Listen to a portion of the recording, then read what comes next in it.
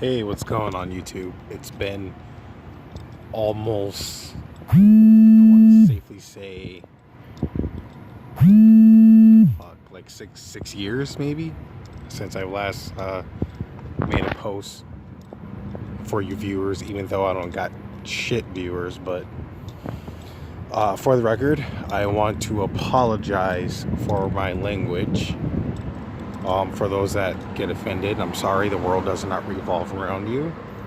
X, Y, and Z, A, B, and C, 1, 2, and 3. Anyways, I want to talk about the United States Navy. Why should I talk about that? Well, because I joined the Navy sometime September.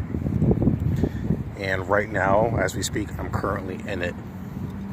So people who join the armed forces, whether it be Marines, Navy, Air Force, Coast Guard, Army, whatever it is, they tend to do research on how to get in, on how to do the workups, on how bad, the boot camp experience might be, the whole entire nine. And then you have a few videos of why people are getting out. And there's been plenty of times where I thought about being one of those very few on getting out, on why I got out or why I got out the Navy, so on and so forth. So I find myself to be a relatively smart guy. I don't have no fucking ASVAB score of 90. My ASVAB score was 43, and there were like tons of jobs opened up for me. So on a side note, before I wanted to join the Navy, I wanted to join the Air Force, but that's another story. But let me tell you about the Navy. So those guys and I guess girls that like have a Napoleon complex, where they feel that they need to go out of their way to prove something, to show that their word or their decisions matter.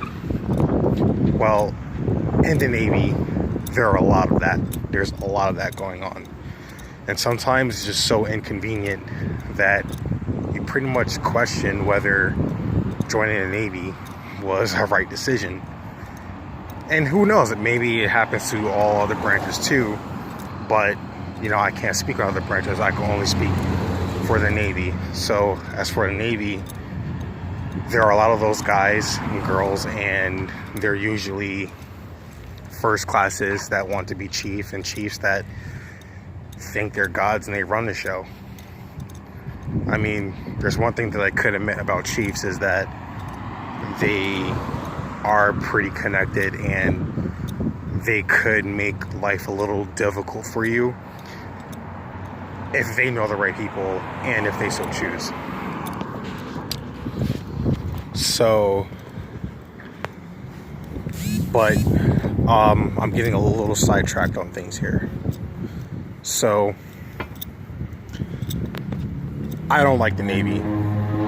Personally, I think it's an absolute fucking joke. So much of a joke that I don't even know why it exists. I mean, frankly, in my opinion, I feel that we could pretty much do without the Navy, honestly. Like, really. I mean, I think the only thing we really are good for is pretty much transporting shit from A to B. My friend is in the Army, and have a few others that are in the Marines.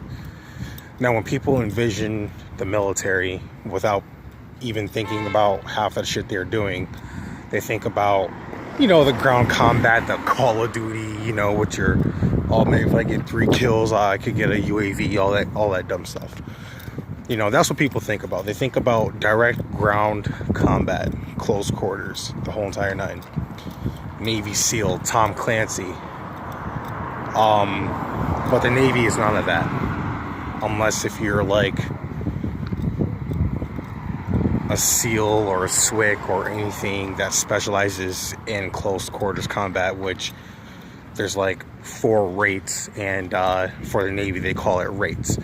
The one thing you'll notice about the Navy is that we're fucking individuals. They try to make things matter on their end to, I guess, to make themselves feel better that they are inferior to other military branches. A lot of people shit on the Coast Guard, but there's one thing about the Coast Guard is that they get more action than the Navy does. Because the Navy, we go out to sea, we transport shit, but the Coast Guard, they actually deal with like smugglers. You know, they work close with Border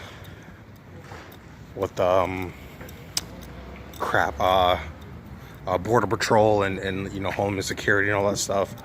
So believe it or not, they get more action time than the Navy does. The only reason why they're made fun of is because you don't really hear much about them. But trust me, they get a lot more action than the Navy. So I guess I'm feeling the way that I am about the Navy because of where I'm stationed. And I guess that goes for all other military branches, but like I said, for the second time, I can't speak on any other branch, but I could speak on the Navy because I'm in it. So when you have your rate, your job, you know, as what it's really called, your job, would depend on what you do in the Navy. Hey, what's up, Gaspar? That's my friend from Basic Training. But yeah, so my rate is an ABE. I launch and recover aircraft. That's what I do, and I hate my job so much. My recruiter was hot. I was distracted. That's my fault. I wasn't paying attention. I thought I was going to be that smart person that knew what they were doing, had all my cards together, but I didn't. I got duped into a job that I didn't want, and I sort of regret it. So with my rate, that's pretty much the core basis of your job, is to launch and recover aircraft.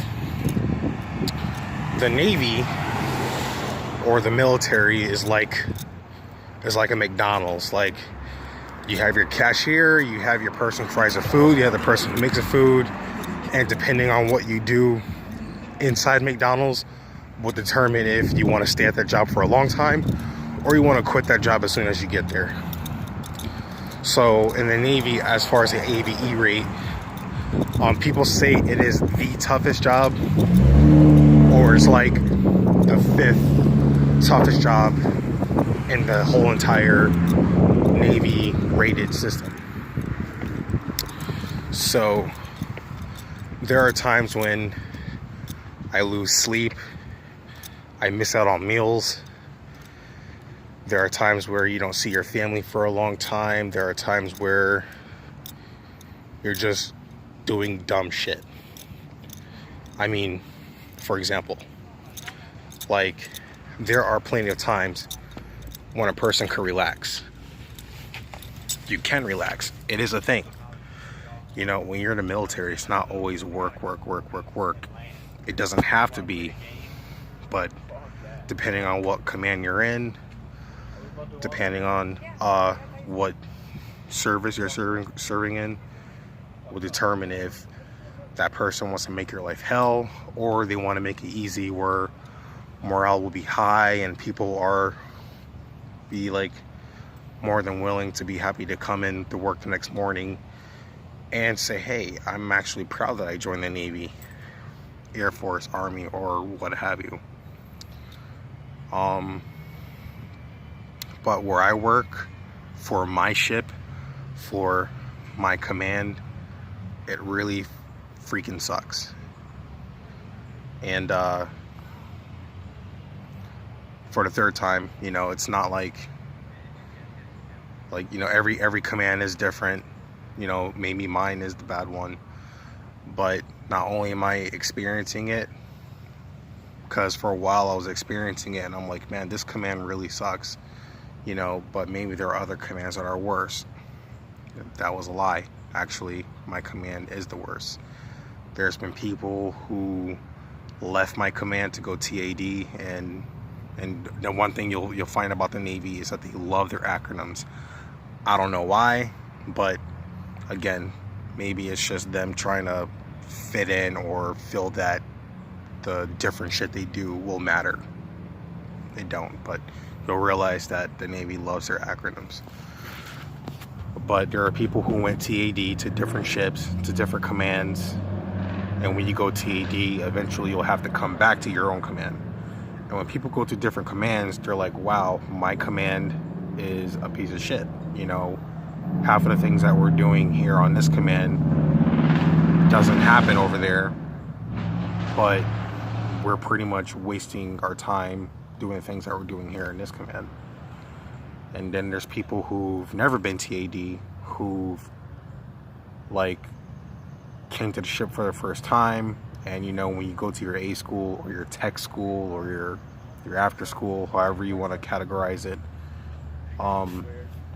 you know, you have your instructors. Like after basic training, you go to a school, and those people that instruct you are saying, yeah, you know, put your best foot forward, X, Y, and Z, get your qualifications. You know, another thing about the Navy is that they care about a lot of calls.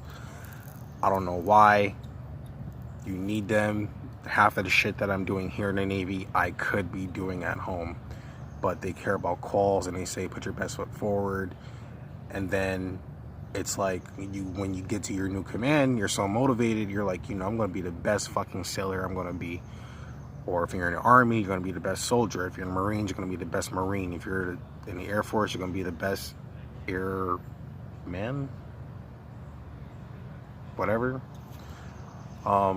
But you're going to put your best foot forward. And then when you put your best foot forward, it's like every corner you turn, there's always an obstacle to get to the next obstacle. And then you realize that the cycle will never end, unfortunately. And at that point, you second guess, like, what am I actually doing for my country? When I got here, I thought I'm going to be doing some amazing shit, but I'm not doing amazing shit. What I'm doing is taking a fucking rag that's been cut up from different clothing that's been donated to the Goodwill, and I guess the Navy buys it from the Goodwill or what have you, or these donated clothes, and they cut them up and use them as makeshift rags. And you're taking these makeshift rags and you're wiping walls, you're wiping various places, and you're like, wow, this is what I'm doing for my country. What a fucking joke. I've never heard anything of the Air Force doing that. I've never heard anything of the Coast Guard doing that. I never heard anything of the Army doing such things, or the Marines. I hear that the Marines fuck shit up. I give them mad respect. We call them crane eaters, but you know what? I think those cranes are giving them special powers to fuck shit up, and I respect you guys, and I thank you. You know, the same thing with the Army, and the same thing with the Coast Guards. Thank you for protecting our borders. People probably don't know half of the shit you do, but I thank you nonetheless. And the same thing for the Airmen and the Air Force. You guys are A1. And here we are out at sea, literally going nowhere. We're probably just like floating in one place, going around circles, which I have seen the carrier do. It just went around circles, and I'm like, we're having really no destination. We're going nowhere. We're legit wasting our time. You know, the time that we're wasting, there could be many men and women there that could be going to school, getting their education done. There could be many men and women going back home, seeing their friends and family. And there could be many women just taking care of anything and everything. But it's a big time waster. And as far as my command goes, there are people who, like myself, second guess on why they're serving, and they purposely get out. So the people that you see making these videos on saying why I got out the Navy or how they got out the Navy is because they relatively do it on purpose.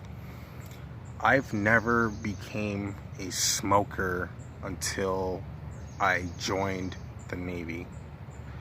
I actually scratched that. I never smoked this heavy until I got to the Navy. Before the Navy, when I was dealing with my, ex-girlfriend, and that's a whole nother thing that you guys don't want to deal with. But on a side note, if you are considering joining any branch, I highly recommend that you be single, not married, not having a girlfriend. Yes, single, believe you me. And I'll explain that in another section or another video if you guys are so interested to knowing why. But that aside, my ex-girlfriend, when I was dealing with her, I started smoking like, Black and Mild, Terran, those little cigars that come in those little wrappers at your corner store, your gas station near you. And then when I officially graduated from basic, because obviously in basic training you can't have any kind of like alcohol or cigarettes for, I guess, two to 2.5 months that you're there. So you're pretty much sobering up for all the stuff that you've been doing on the outside once we get to basic training. But after basic training, when I arrive into the Air Command in Pensacola, I picked it up again. My ex-girlfriend was still coming back into the picture while I was trying to start over fresh, and she calls me to pick up a Black Mild again. And then later down the road in the middle of A school, I don't know how, I don't know why, but it is the Navy. They just make shit stressful just because they can. And there are times when they still beat you, and what I mean by beat, I mean they drop you on the floor as if you're still in basic training. So I was thinking like, hey, I thought this basic training shit was over. So that kind of fucked with my head a little bit. Maybe I'm just weak. I admit that I'm a little bitch at times, but still, it's like, why? And then you get to your command, and then you're motivated, and you're like, after A school, I'm gonna put my best foot forward. I'm not gonna smoke, because if I didn't do it if I never did it ever in my life, and I just started this habit, why continue this habit? But as time went on, I'm like, I think I need a cigarette. Then it was 1 cigarette, then it was 2 cigarettes a time. Next thing you know, I'm smoking half the pack, then the whole pack, then I'm going to 2 packs a week. Then next thing you know, I'm going through 2 packs a day. And actually, I'm on my 3rd pack, and I've been in the Navy less than 9 months. And I'm ready to go on my 3rd pack today. So, and there's been questioning going around, like, why are people are the way they are? And it's because the way the chain of command is ran. And I know you hear these things, I know you see these things, but nothing is being done about it. I'm not naming any names, but there was someone who hung themselves in the reactor, and they're wondering why this is going on, but they kind of know why this is going on already. It's just that nothing was taken seriously. And because of that, we're on a morale investigation. And that doesn't look bad for the command and the Navy entirely. So, then you have, I can't speak for every air department, but I'm speaking for mine, because as far as I know from other people who used to be in my ship, other people who left my ship and came back and confirmed that our air department and the carrier is the fucking worst. The morale in our department is bad, and we're about to be under morale investigation too. So, there's people who are purposely going out using drugs, marijuana, because marijuana is a no-no, even though they're passing laws in other states to legalize it. The fact that it's not federally passed nationwide, it's not legal for military service members to use it. So if you are that person, don't do it. But if you want to get out, by all means, I'm not stopping you. I completely understand. Have I done pot or any other drugs? No, I have not. Because a part of me still wants to fight a little longer to stay in. And another part is saying like, fuck this, everything I'm doing here, I could be doing at home. And they're gonna brainwash you saying that if you leave the Navy or if you leave any military branch that it's gonna mess up your record and the whole entire nine. That is not the truth. That is far from the truth. They scare you into saying that, but the Navy is just like having another job. It's a job. The only difference between the military and the other jobs is that you can legally kill someone in a time of war when there is a confirmed enemy. I'm not saying you can kill anyone because you're wearing a uniform. I'm saying if there is ISIS, jihad, or wherever new enemy that's going to resurface for America to fucking invade, you know, if they're legit trying to take your life, yes, you do have, by all means, to take that enemy's life to pretty much better serve the United States and the safety of it. Shit, I've been talking so much I kind of forgot where I was going with this. Yeah, you don't have to be in the Navy or any military branch. You know, like any job, you could just not put it on your resume, say you never served. You know, if you're not applying for a state job or a government job and they ask how you serve the armed forces, you could say no, and they're not going to look into that. They're not. However, if you are applying for a federal job or a state job, such as being a cop or anything in that nature, of being a cop, firefighter, EMT, what have you, yes, they're definitely going to look into those records and they're going to find out that you served. So either way, you could tell the truth or tell a lie that you served and got discharged or armly discharged. They're going to find out. But if you're applying for, like, I don't know, Home Depot, Lowe's, McDonald's, some mom and pop shop, some homeland scaping job where you fix houses or do some lawn work, no, they're not going to find out, and I highly doubt they care. So I'm gonna make a second video of this, and you know, this is you know, the truth on what you should know about the Navy. So I don't know. The Navy's a joke. I highly recommend anyone join any other branch but the Navy. I highly recommend that people join the Air Force, because that's where I wanted to go at first. And again, in another video, I'll tell you why. But if you're not smart enough to pass the ASVAB with a 36 or higher, then I'm sorry, but you know, believe it or not, 36 is really easy to get. You know, they make it seem hard, they make it seem impossible, but getting 36 for your ASVAB score is not hard. If you know your basic math, your basic, you know, English, like, you know, how to pronounce words, and you can rememorize words and the definition of words, then trust me, getting a 36, you can do that in your fucking sleep. So relax, do what it do. But the Navy's a joke. Join the Air Force. If you can't join the Air Force, join the Army. If you can't join the Army, join Marines. If you can't join Marines, just like the Air Force, score really high, join the Coast Guard. If you can't join that, then I guess you could say fuck your life and join the Navy. Or you could just play safe and not join at all and try to become a cop or firefighter or any other job that's way more important than the Navy.